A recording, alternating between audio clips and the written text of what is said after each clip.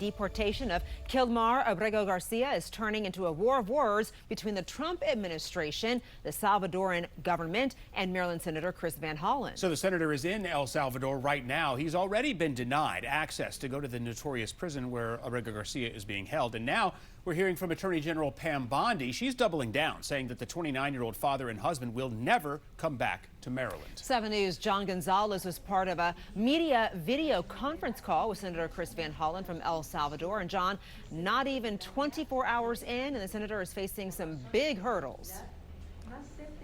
Yeah, he has faced so many roadblocks already there in El Salvador that he says he might have to return to Central America next week, hoping to go back with maybe a group of senators. And we're also hearing that he might be back here at Dulles as early as today. We're working to confirm his flight schedule. Now, there is that war of words, and one word that has become very contentious is facilitate. Both sides have been going back and forth on exactly what the U.S. Supreme Court meant last week when it unanimously voted and ruled that the United States government has to facilitate the return of Kilmar Abrego Garcia. Now, Attorney General Pat Bondi has more of a defiant tone this week. Speaking to reporters at a press briefing yesterday, she reiterated that it is up to the Salvadoran president, Nayib Bukele, whether CICOT's newest prisoner ever gets out. Meanwhile, Senator Van Hollen arrived in San Salvador yesterday afternoon and immediately spoke with Vice President Felix Ulloa, but he also immediately ran into those roadblocks, told he needs more time and approval to be allowed to visit that prison. I asked him if I came back next week whether I'd be able to see Mr. Abrego Garcia. He said he couldn't promise that either. So I asked him if I could get on the phone, either video phone or just a phone, and talk to Mr. Abrego Garcia, so I could just ask him how he's doing so I could report back to his family. He said he could not arrange that. President Bukele said he was not sending him back. That's the end of the story. If he wanted to send him back, we would give him a plane ride back. There was no situation ever where he was going to stay in this country. None. Now, the senator was not only denied access to go visit directly inside the prison, but also to talk to Abrego Garcia on the phone. He asked the vice president, why is this Maryland man in that prison if no evidence of any crimes or gangs have been found? How the vice president responded, coming up later this hour. Reporting live at Dulles, John Gonzalez, 7 News. Looking forward to hearing that. Thank you, John. Well, this morning we're going through some new court documents that support the White House's claim that Abrego Garcia is a gang member. 7 News obtained those documents from the Justice Department. The Prince George's County Police Gang Unit identified Abrego Garcia as an MS-13 gang member back in 2019. That's when he and 2 other men were detained at a Home Depot parking lot in Hyattsville.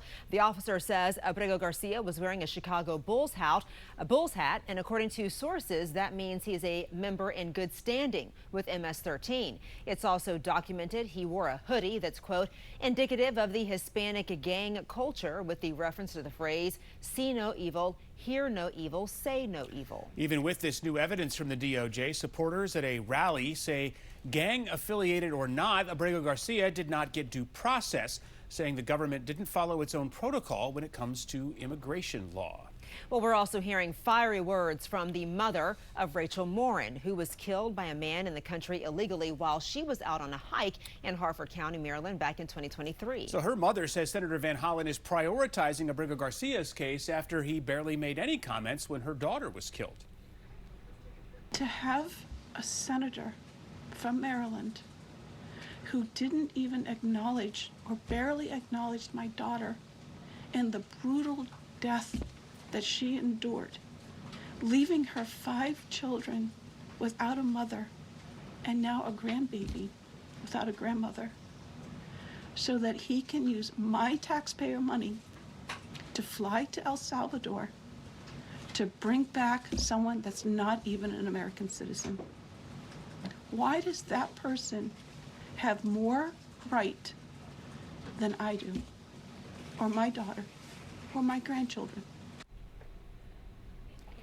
Well, just this week, Victor Martinez Hernandez, a fugitive from El Salvador, was found guilty of killing and raping Rachel Morin. As for Senator Van Hollen, no word yet on when exactly he plans to return to the U.S. Make sure to stay with 7 News as we follow all of these developments, from the imprisonment of Kilmar Abrego Garcia to Senator Van Hollen's trip to El Salvador. Just scan the QR code on your screen to see all of our past reporting. It's up right now on our 7 News YouTube channel.